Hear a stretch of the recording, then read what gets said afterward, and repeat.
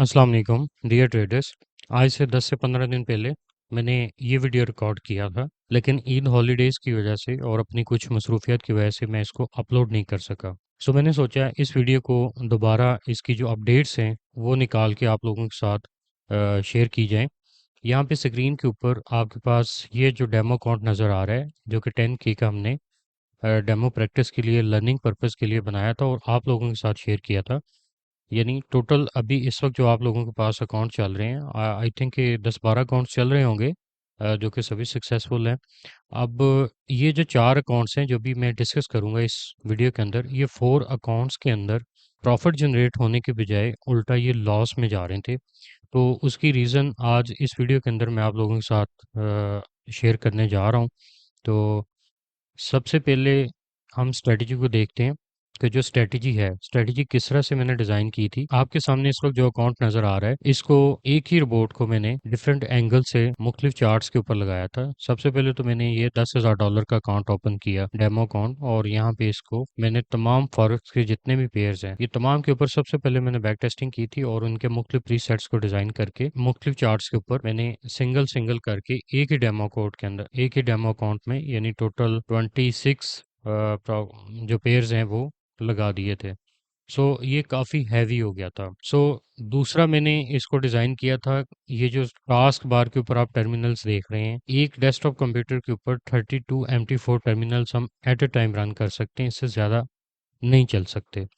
तो बाकी के जो टर्मिनल्स हैं इनको मैंने वन बाय वन करके मतलब हर डेमो अकाउंट ओपन किया है और उसको वन बाय वन करके हर एक अकाउंट के ऊपर मैंने रोबोट को लगा दिया। अब टोटल ये इस वक्त जो इस डेस्कटॉप के ऊपर लगे हुए थे वो टोटल थे 32 अकाउंट्स, यानी 32 MT4 टर्मिनल्स के ऊपर डेमो अकाउंट्स लाइव किए हुए थे, यानी फॉरवर्ड टेस्टिंग के लिए लगाए हुए थे।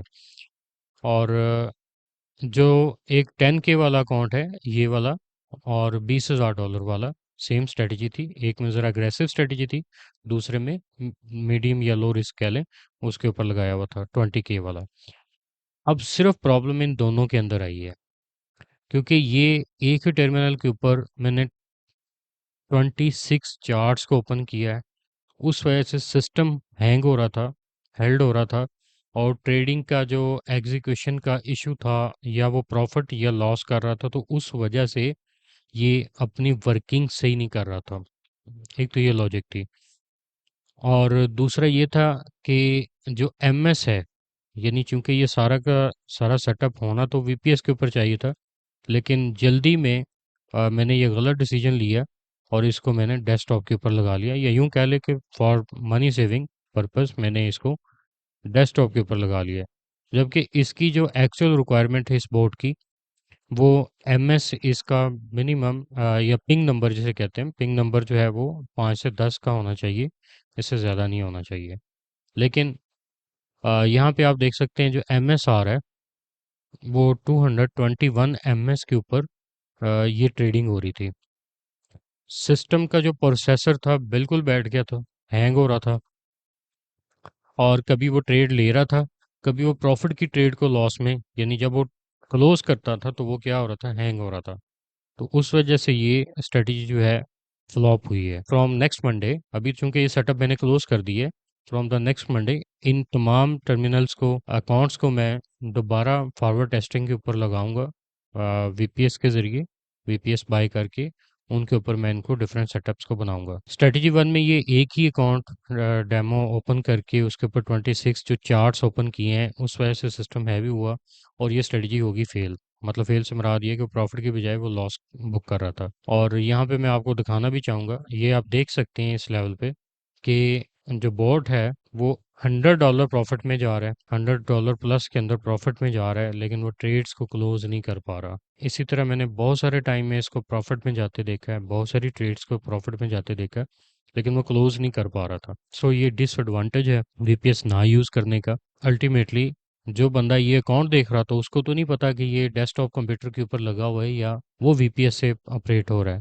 सो आप लोग माइट भी वरी हो रहे होंगे कि ये ऐसा क्यों हो रहा है। बैक टेस्टिंग में बहुत अच्छे रिजल्ट्स हैं, लेकिन डेमो अकाउंट में जो फॉरवर्ड टेस्टिंग है उसमें प्रॉब्लम आ रहा है। तो उसका एक्चुअल रीज़न ये था जिस वजह से ये प्रॉब्लम हो रहा था। यहाँ पे अगर आप देखें तो जो स्ट्रेटजी 2 है उसमें मैंने हर अकाउंट को ओपन किया।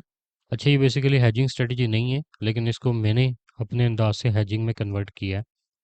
तो ये अकाउंट 29/3/2024 को मैंने ओपन किया, एक सिंगल अकाउंट, और यहाँ पे मैंने एक ही टर्मिनल के ऊपर एक ही पेयर लगाया, यूरो यूएसटी। तो सिर्फ 2 वीक्स की परफॉर्मेंस आप लोगों के साथ यहाँ पे अगर मैं नोट डाउन करवा दूँ आप लोगों को, तो $25 यूरो यूएसटी के अंदर इसने प्रॉफिट बनाया। इसी तरह से $83 इसने ब्रिटिश पाउंड के अंदर प्रॉफिट जनरेट किया। और आप नोटिस करेंगे कि हर पेयर का जो बैकअप है वो $300 का रखा हुआ है। यानी जो भी पेयर है उसके लिए सिर्फ $300 ही कैपिटल यूज़ हो रहा है। सो अगर आप इन तमाम टर्मिनल्स को ऐसे देखेंगे तो ये मुख्तलिफ पेयरों के अंदर इसने मुख्तलिफ प्रॉफिट्स जनरेट किए हुए हैं। और इसी तरह से अगर इन तमाम को हम कैलकुलेट करते हैं तो ओवरऑल जस्ट इन 2 वीक्स के अंदर $668 इसने प्रॉफिट बनाया था। ये सारों को मैंने अकाउंट किया था, तो टोटल ये बन रहा था $668 इसने प्रॉफिट बनाया था। सो ये जस्ट इन 2 वीक्स की ये परफॉर्मेंस है इस रिपोर्ट की। मतलब ये जो है वो सिंगल सिंगल पेयरों के ऊपर सही काम कर रहा है या कम एफिशिएंट तरीके से काम कर रहा है। लेकिन जो एक टर्मिनल के ऊपर दो बल्कि टर्मिनल, क्योंकि एक $10,000 का अकाउंट और दूसरा 20 के यानी $20,000 के ऊपर मुख्तलिफ तमाम पेयरों को पूरी की पूरी फॉरेक्स मार्केट को ही लगाया हुआ था इसके ऊपर। तो वहाँ पे वो हैंग हो रहा था।